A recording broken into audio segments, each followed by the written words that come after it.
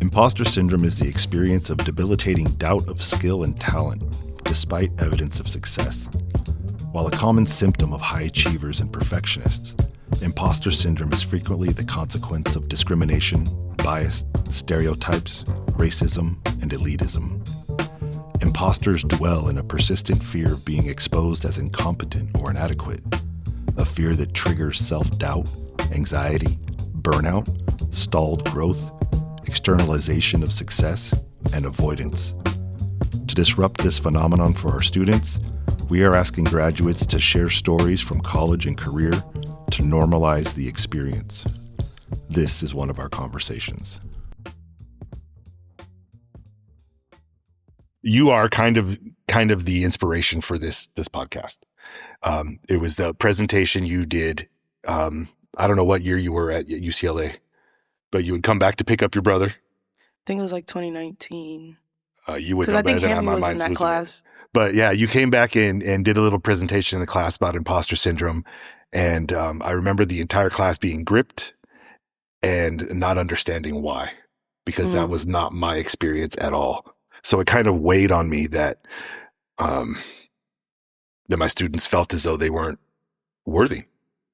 And so from that point on, I've been trying to come up with the idea on how to sort of facilitate this type of thing. And as a result, you're here. Welcome. Thank you. Yeah. I'm excited. So if we could start today, let's talk a little bit about your sort of origin story. Where'd you start? How'd you grow up in the community? What was it like?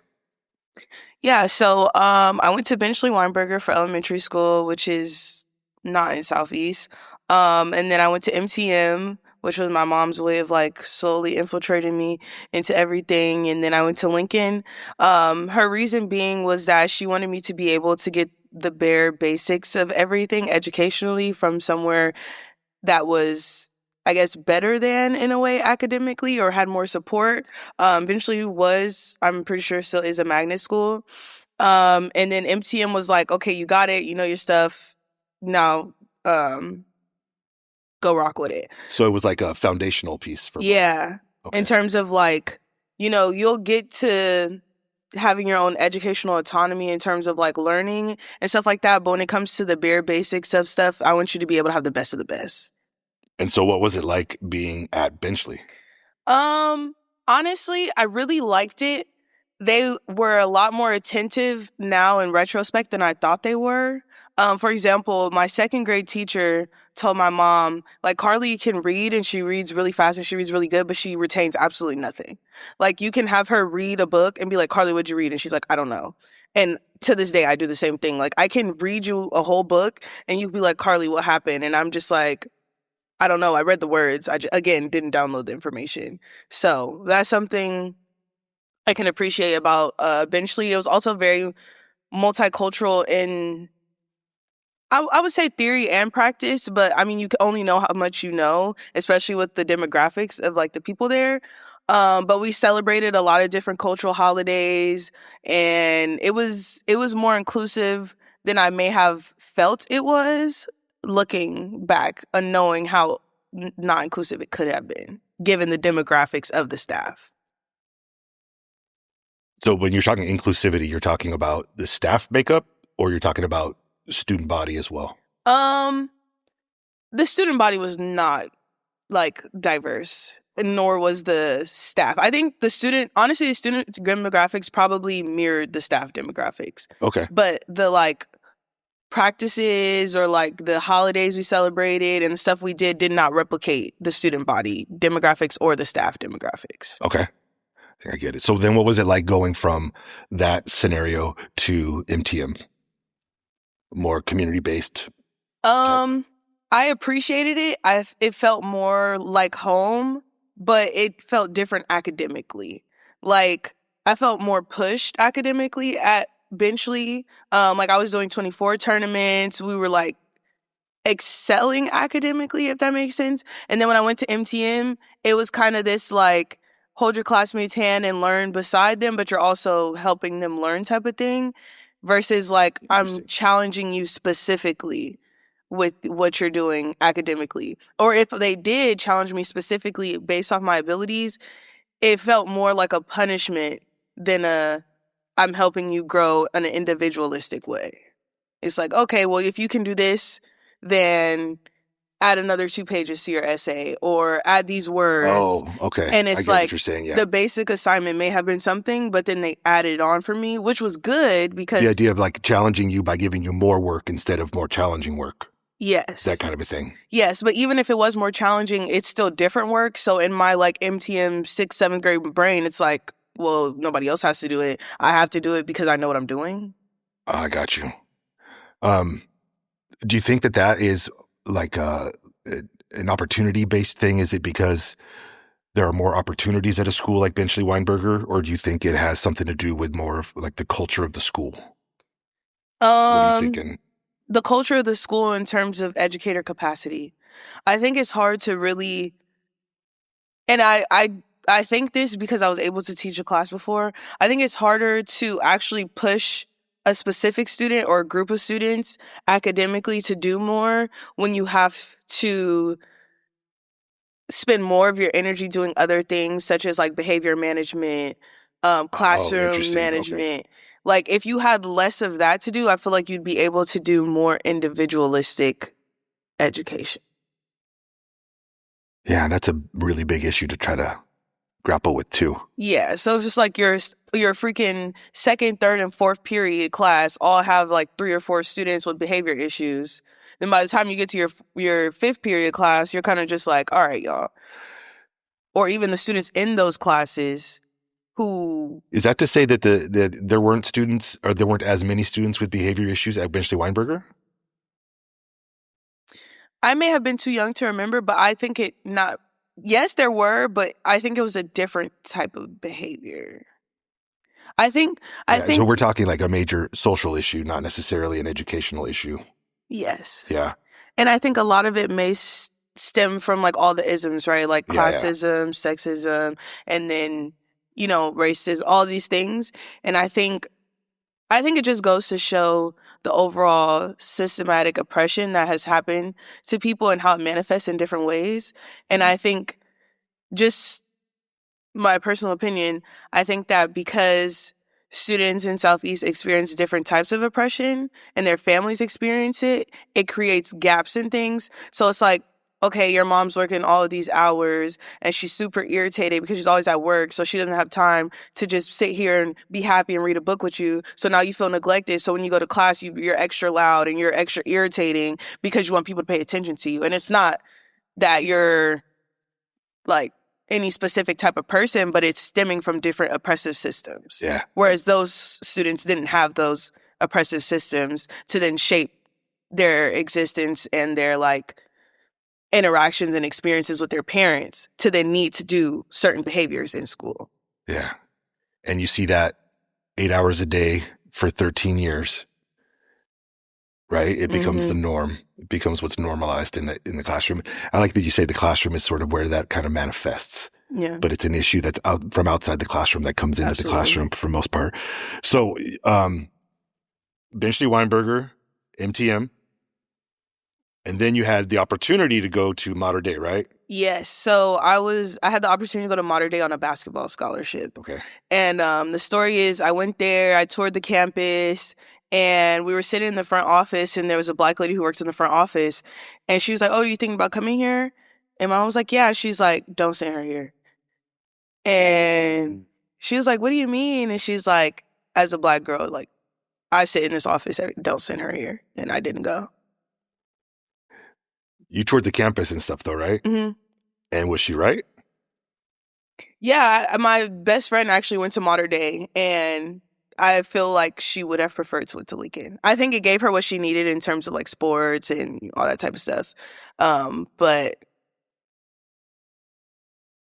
gives and takes, right? Yeah.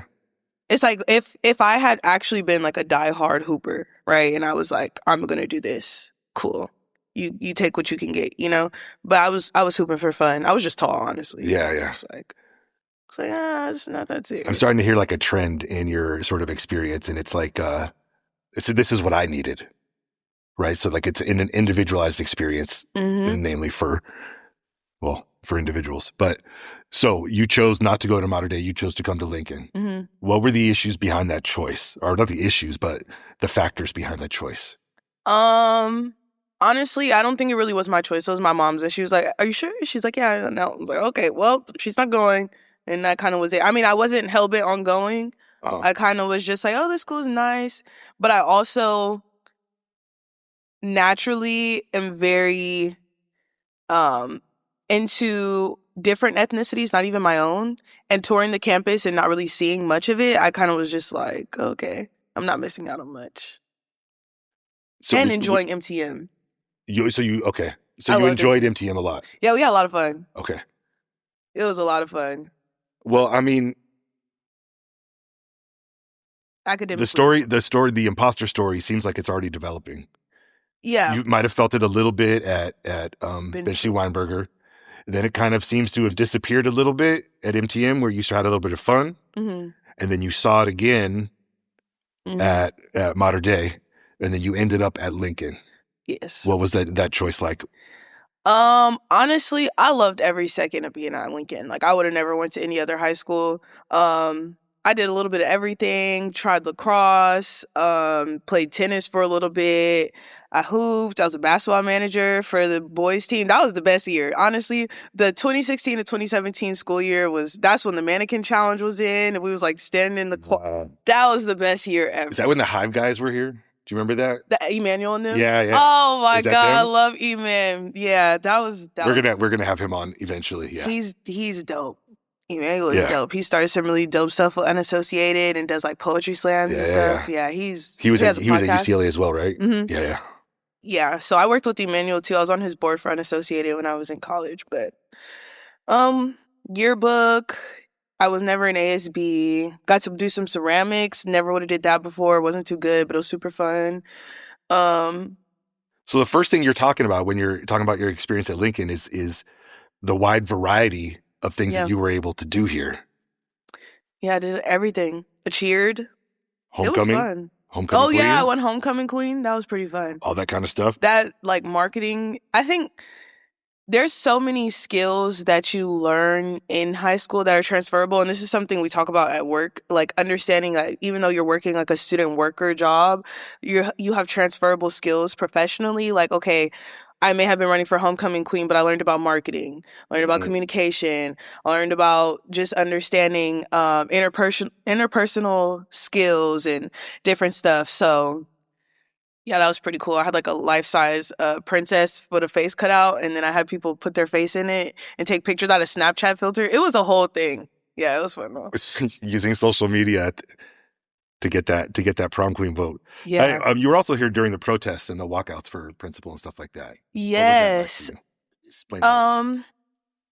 At that point in time, I feel like naturally I'm more of an observant person initially. So I was more so of just like understanding like what is going on, how are people going about it before deciding, because I feel like being so young, a lot of people feel very passionately, but also in the spirit of like walkouts and just civil disobedience. It is civil disobedience, so it's like what is right, what is wrong.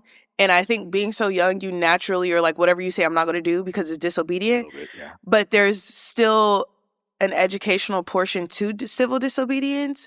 And I think I've seen a lot of people just jumping on the bandwagon. But as a student, I would say it was very empowering to see, especially just knowing like Black history and being able to see it in action. I think a lot of people talk about Black history as if it's something that's like super far away. And I think even as of recently, maybe in the last 5 years, there's been pictures circling of like MLK in color, and people are like, you realize the media pushes pictures in black and white to make you guys feel like it was so long ago. Yeah, like, didn't even think of that. No, he has pictures in color. So I think being able to witness that Black history, and I think also, especially being in California, a lot of people think Black history only happens in the South and don't understand Black history as a form of like anything that Black people do. Or Black, yeah, I think that was right. Anyway, but that shapes history is Black history. Are you having these kinds of thoughts when you were a student here? Or is this later reflections? I think this is later reflections. I was more so just like, I think it was beginning, maybe like a baby step into it, but not thoroughly in depth of understanding it as Black history. Like, I understood it as history, and I understood it as Lincoln history, but I don't think I understood it as Black history. And San Diego Black history. San Diego Black history. That makes sense. But definitely like an empowering, using your voice, recognizing your voice kind of stuff going on there. Okay. You were also involved, you mentioned all the other things you were involved, but you were also involved in some pretty hardcore academic things like Aaron Price, Rotary Club, right? Which you got to go to Prague. Yeah. What was that like? High school student let loose in Prague. Yeah, it was interesting. So, it was like a sports-ish type of camp, I guess, for 2 weeks, if I remember correctly. Went to Prague, had a whole little cute little send-off or whatever. And I'm trying to remember where we even started. The highlights, it was pretty cool to meet people from different countries. I think in high school, it's kind of like Europe, USA, and there's like places, but you don't really understand the depth of different places. And I think I'm also understanding that now, especially diasporically. But I was able to meet people from like Turkey. They had one person from like every country, and I was like the only American. So they used to call me America, which was kind of like, yeah, But it was pretty cool. They were all like, no, I'm California. Yeah, like San Diego specifically. Yeah, but it was cool to meet new people. We got to do some pretty fun stuff. My phone broke while I was there. Well, my screen cracked. I got bit by a spider in the middle of the night, didn't know. And so I had this crazy rash and I'm like freaking out. So they took me to the doctor, but the medicine was in check. So it was a crazy experience, but it was pretty fun. I still am actually friends with some of them to this day. Well, this is another trend I'm seeing, is that you're making connections throughout the entire process, that your entire educational career is connections. One big connection is mom. Yes. Yeah. What was it like having mom so involved? It was great foundationally, but I never realized how hindering it was till college. Like, I loved it. It was great. I knew I was straight. I didn't really have to do much. I'm a very humble person. I'm very chill. So my mom would be like, did you know my daughter got accepted in 34 colleges? And I'm like, yeah, I'm cool. I'm all right. And then I go to college, and I think also San Diego and just Southeast being so family and community oriented, that it's like my mom makes one Facebook post, everybody knows. Yeah. And so you naturally have to rebuild your identity when you go to college. So then when I went to college, I'm like, y'all don't know who I am? Like, you don't even know my name? We were talking, our first guest, Prince Tabazon, is similarly, Prince of Southeast is a nickname he's sort of been given. Mm-hmm. He's grown up in the community, been involved in the community, does a lot of stuff, but when he gets to Oregon, it's going to be like. Exactly. Yeah. Yeah. So, is mom going to be happy that you just said that she was kind of a hindrance? We'll see. We'll see. Yeah, we'll see. No, it was cool. We'll cut that one. We'll cut that line. No, we can keep it. Okay. We can keep it. I think it was great for in Lincoln, but I wish I would have processed it and understood it when I left. Like, it didn't take me long to get on my feet, and I think I had to throw myself out there in a way that I didn't have to before. Where it was like, okay, I have to introduce myself. I have to tell people who I am. Like, I have to learn these skills. And I think, honestly, it was a good hindrance because now I naturally kind of have, like, my little elevator pitch, and I can just tell people, like, oh, this is who I am, this is what I do. I got you.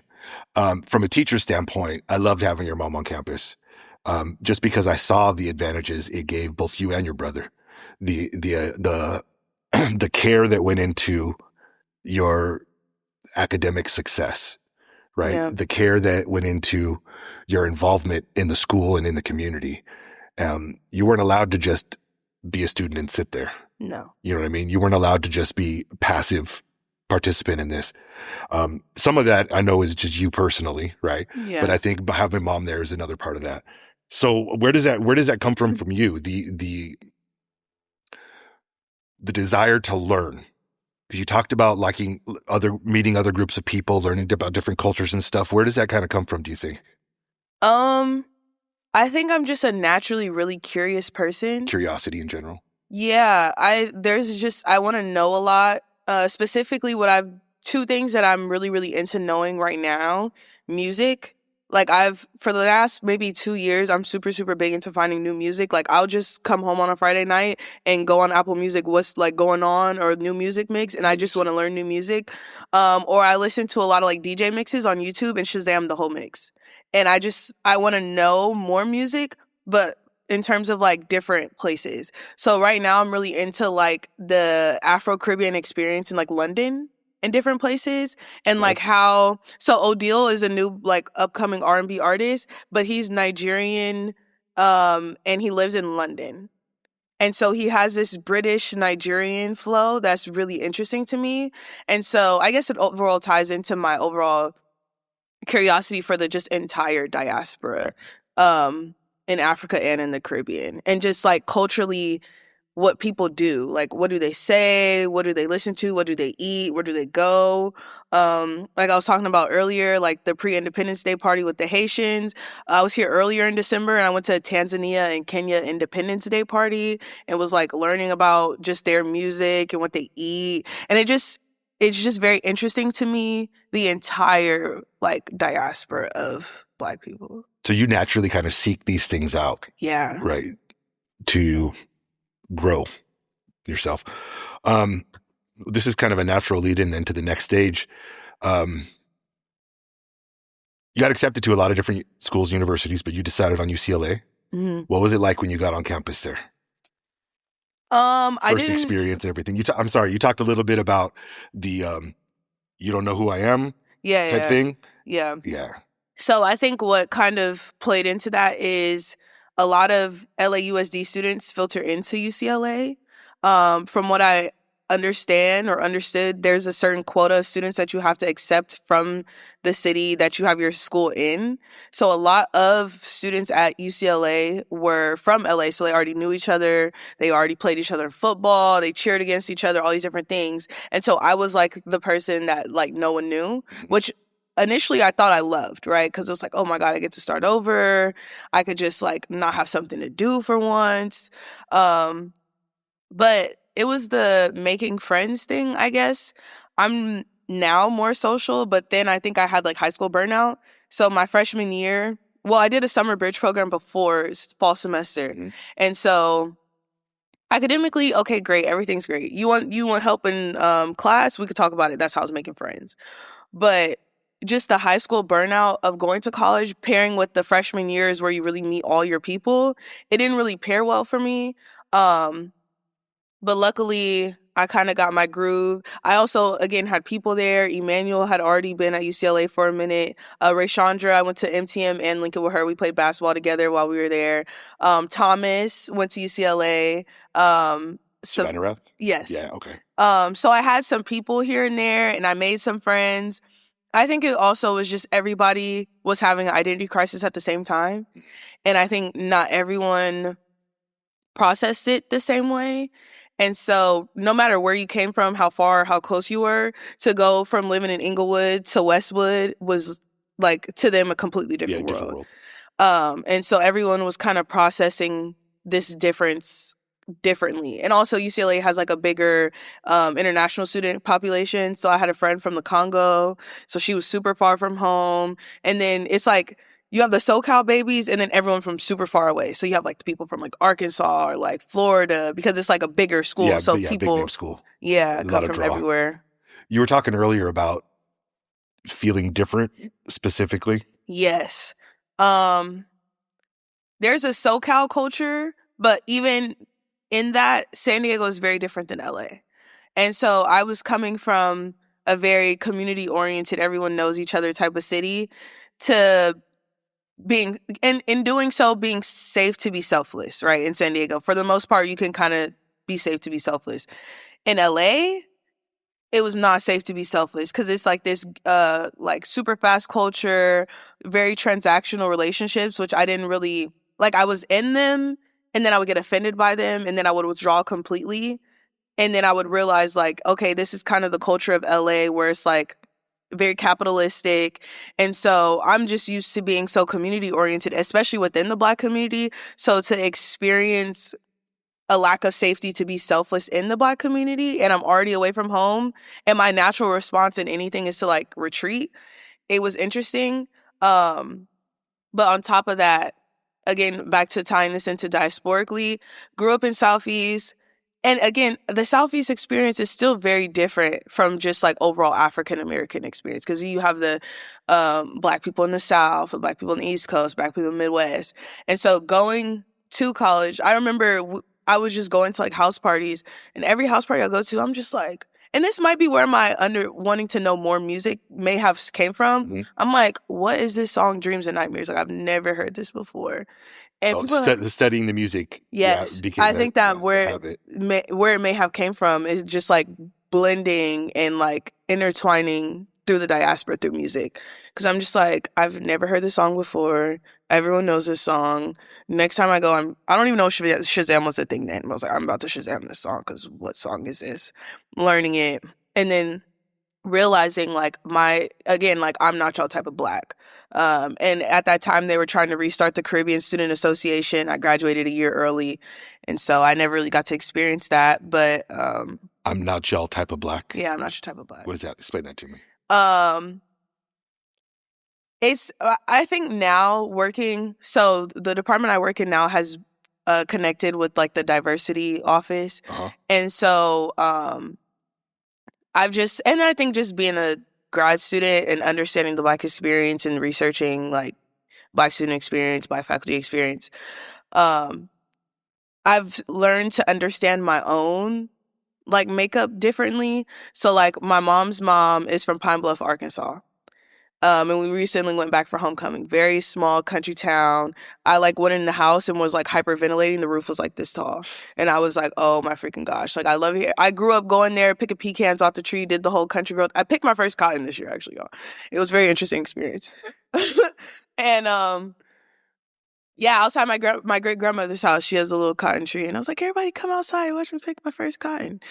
But so part of if I'm understanding this correctly, part of it is that being from the tight-knit community of Southeast, going up to, and the experience that you had, listening to the music, to talk about music, all those kinds of things, didn't mesh well with the culture or the dominant culture at UCLA when you first got there. No. Is that correct? Yes, correct. And it didn't mesh well at all. Is part of that also the just the more generalized idea of being African American and in higher education? Is that part of the not fitting in on campus feeling? No, when I say that, I'm speaking specifically about the Black community. Okay. Like overall in UCLA, honestly, I didn't really venture out too much outside of the Black community other than my roommates, because I feel like I had enough with my roommates. I was just like, this is all I could take.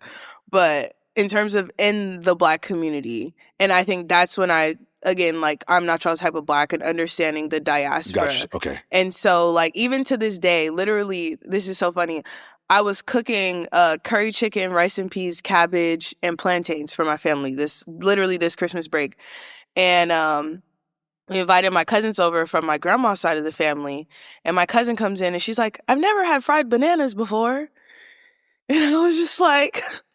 Oh, yeah, I'm different. Yeah. I'm different. So, I mean, this is a sort of new element to the imposter syndrome. Like, this is your imposter it's a new unlock within your own generalized community. Yes. So, yeah, my mom's mom is from Pine Bluff, Arkansas. My mom's dad, his mom is from Barbados. But I don't necessarily, and I literally just met a Bayesian at a Afrobeat event this past Saturday. And I was telling her, and I was like, I have a Bayesian like great grandparents, but I don't really have any Bayesian Barbados.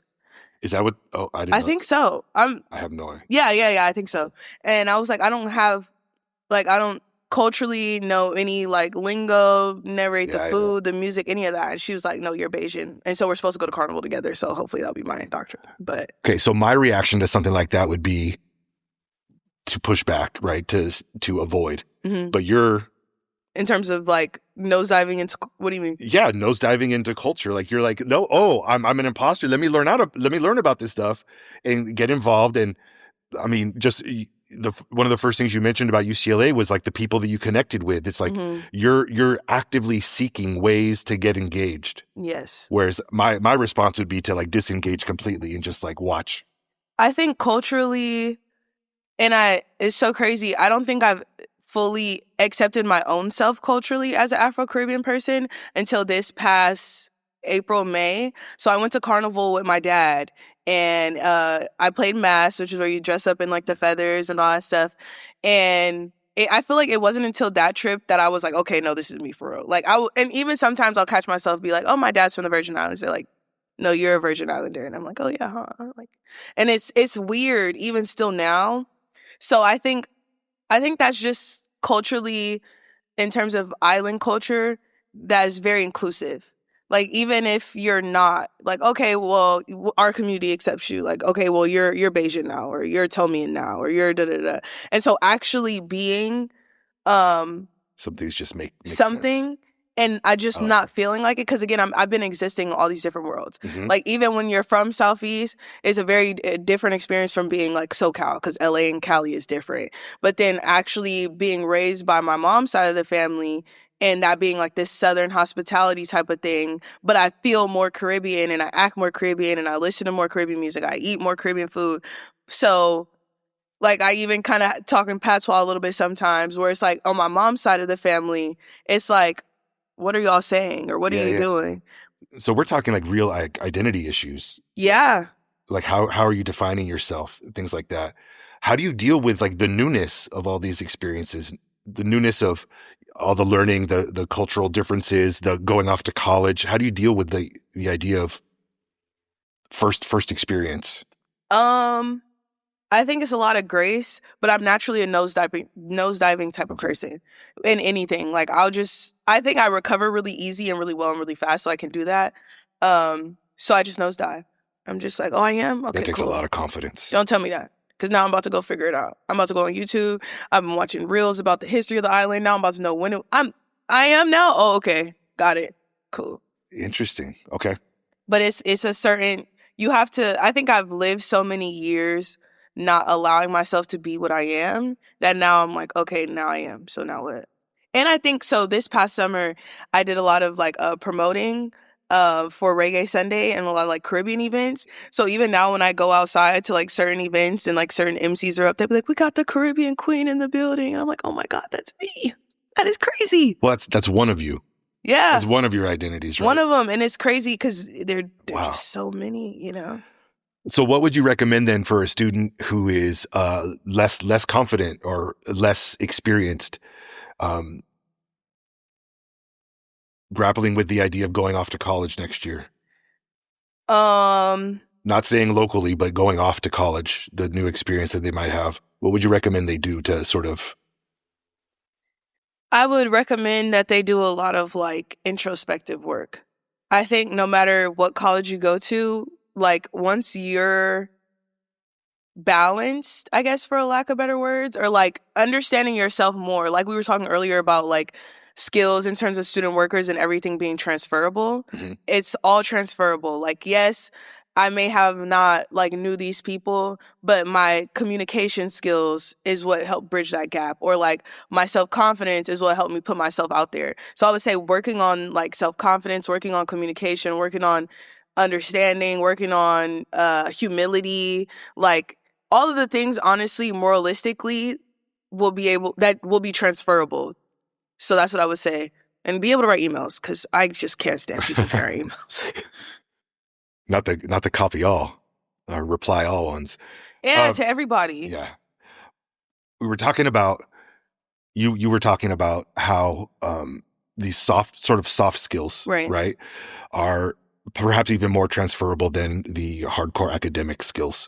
Like, you can learn that. It seems to be a problem with students coming from Lincoln, that they don't feel as though, this is where the idea of imposter syndrome comes in. They don't feel as though the educational experience they get here is of the same caliber or value as another school. So that when they get to a place like UCLA, they don't feel as though they belong because they're not prepared. Right. Even though they have demonstrated that they have all the necessary skills to be successful. They have the grit that Lincoln students just seem to have, right? How do you address something like that? Or did you feel anything like that when you were there? I didn't.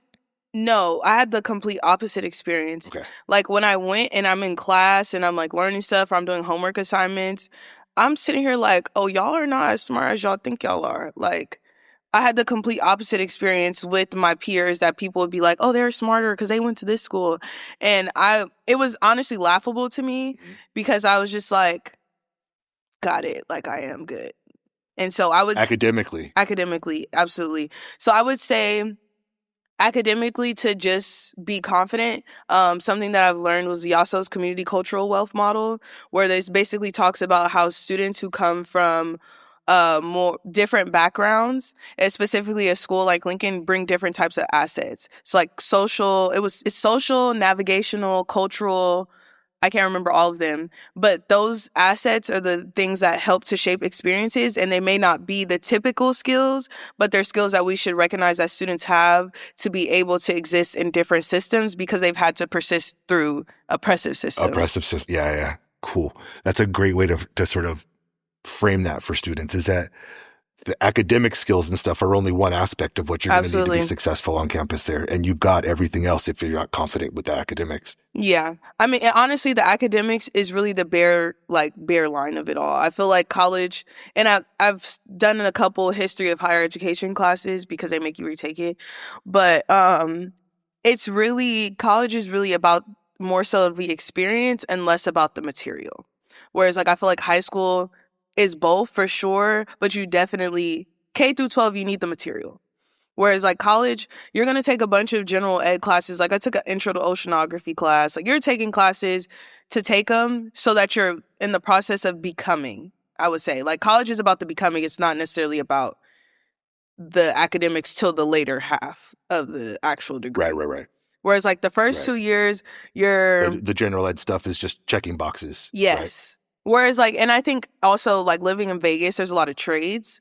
And so a lot of these trade programs are like 9 months or these different things. And so that's also kind of embellished my understanding of education, where it's like you can learn how to do this job in X amount of time. Whereas like I'm understanding college as like an experience where it's like you're joining clubs, you're in leadership positions, you're being a student worker. Like if you go to college and you don't dive into the college experience, then you're not getting what you're supposed to get from it. I think that's also key, is it's dive into the experience.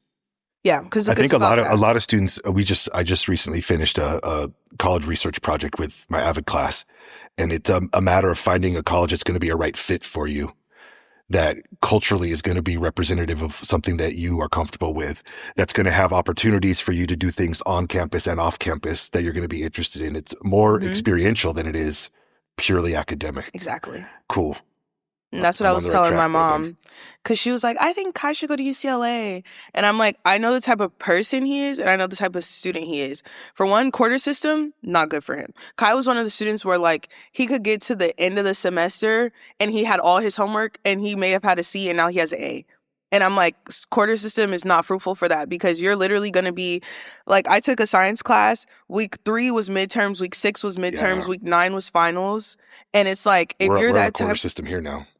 Oh. Yeah. How's that going? We're finding the same thing. The student habit is wait till the very last minute to turn everything in, and it doesn't work really well in the quarter system. It doesn't. And so even myself understanding that as a student, so when I started my doc program, I chose a semester doc program. And I'm thinking, oh, it's a doc program. It's going to be super hard. Let me do a semester. I'm literally so bored. Like, it is. Okay, so let's rewind a little bit. So you got your bachelor's degree, UCLA, in what? What did you study? I got my bachelor's in education and social transformation. I got my master's at UCLA in higher education, organizational change. And now I'm in my 3rd year of my doc program at UNLV in higher education. And you're working at UNLV as well. Yes, I am the Leadership and Democratic Engagement Program Coordinator in the Office of Service Learning and Leadership. So I do leadership programming and civic engagement with students.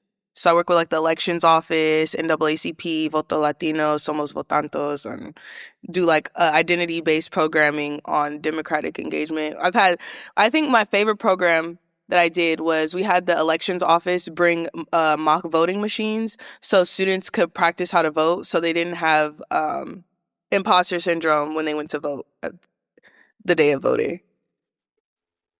Never even thought of that. It was pretty cool. It was like, didn't you also did something where you were helping students with the application process to colleges and yes. stuff too? Yeah. My job before that, I worked for a TRIO program, which is like the sister program to Upward Bound. And so I worked with 7th through 12th graders to help them apply to college, their FAFSA and stuff like that. So I worked at a school that actually like mirrored Lincoln. It was hilarious. It was called Legacy. They were green, and I loved it. That was in Vegas? Mm-hmm. Interesting. Loved working at Legacy. It was like Lincoln Part 2. And they were like, oh my gosh, you work at Legacy? I'm like, yes. The Clark County School District I remember you telling me something about it a long time ago. Oh my gosh. So when I first started working there, it was ranked 49 out of 50 in the States. And I didn't really know until I really started working. Wait, when you say ranked 49th out of 50. 50 is like the lowest education ranking in the United States. Okay. In the United States. Yeah, 50 was Hawaii. Okay. Yeah. So, I had a 7th grade student. I will forever remember this because he was the sweetest 7th grader, the worst 8th grader. I don't know what it is. I think that I don't know. But he was filling out the application for the program, and he had to put his address on the application. And he put his mom's phone number, but he was like, oh, I was like, well, can you call your mom and ask her for your address? Because he didn't know his address. And I was like, how do you know? I couldn't say that, obviously, but I'm like, how do you not know your address? I had to learn that in kindergarten. And eventually Weinberger. Eventually, yeah, they were on it. Couldn't kidnap me. But yeah, he was like, I can't call my mom. She's at work. And I was like, okay. He was like, yeah, but I don't know my dad's phone number. And I was like, oh, okay.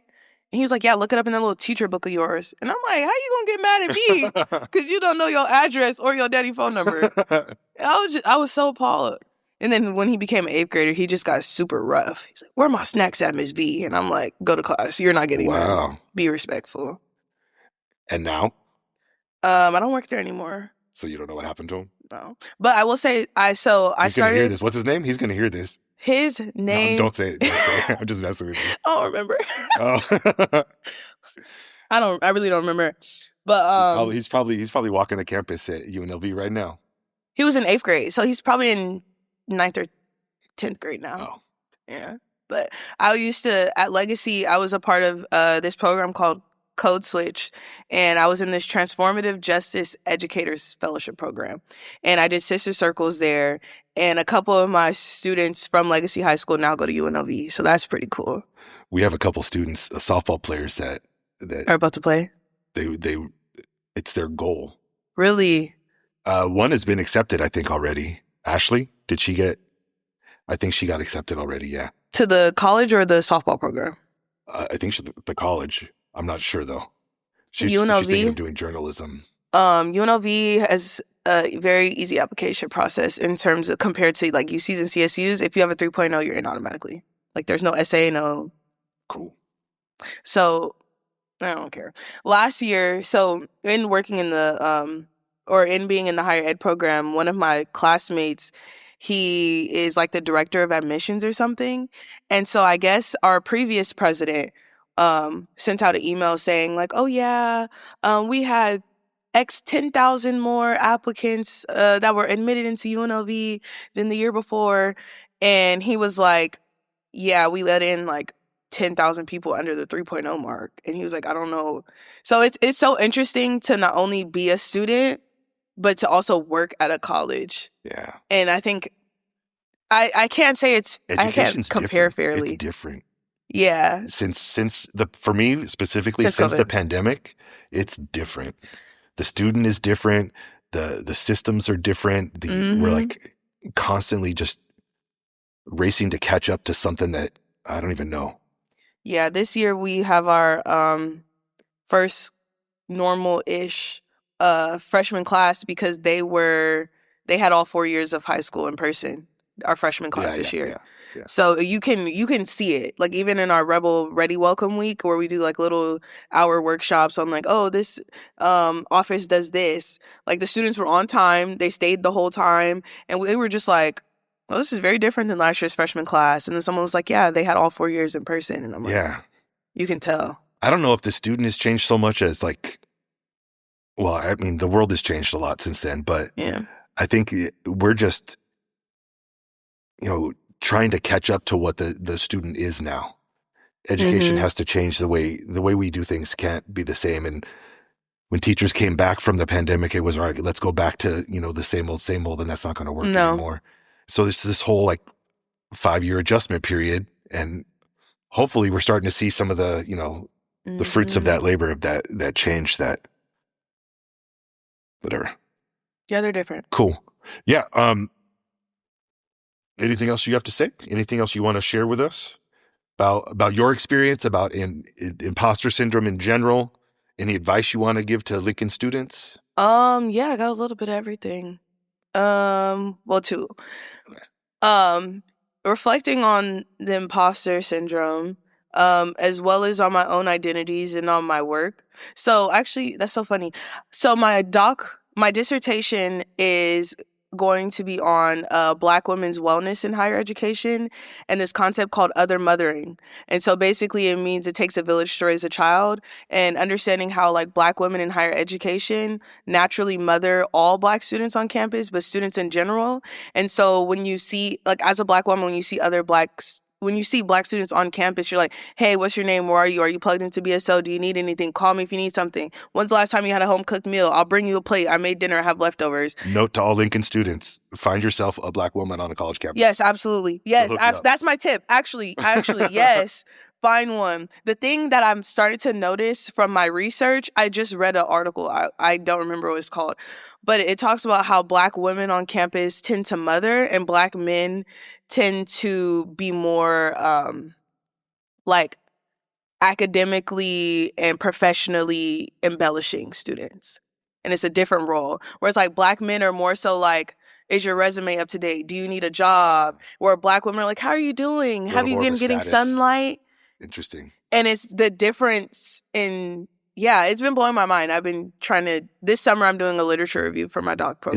Is that a cultural phenomenon that's sort of, I think so, amplified on the college campus? I think so. And it's crazy. I was talking about it when I was talking about middle school, but they talk about how Black professors, when they get Black students in their class, sometimes they'll be harder on the Black students because it's I want to be harder on you because I know how it's going to be when you go out in the real world, but how not all Black students adhere to that well, and some of them take it and excel in it, but some of them take it and feel further excluded because now you're excluding me based on my race, so you're not any better than anyone else.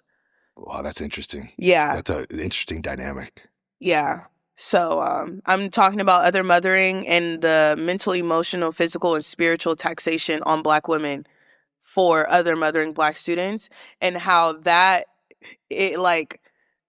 basically the cost, but you're not being paid. So right. Universities, the emotion. Oh, okay.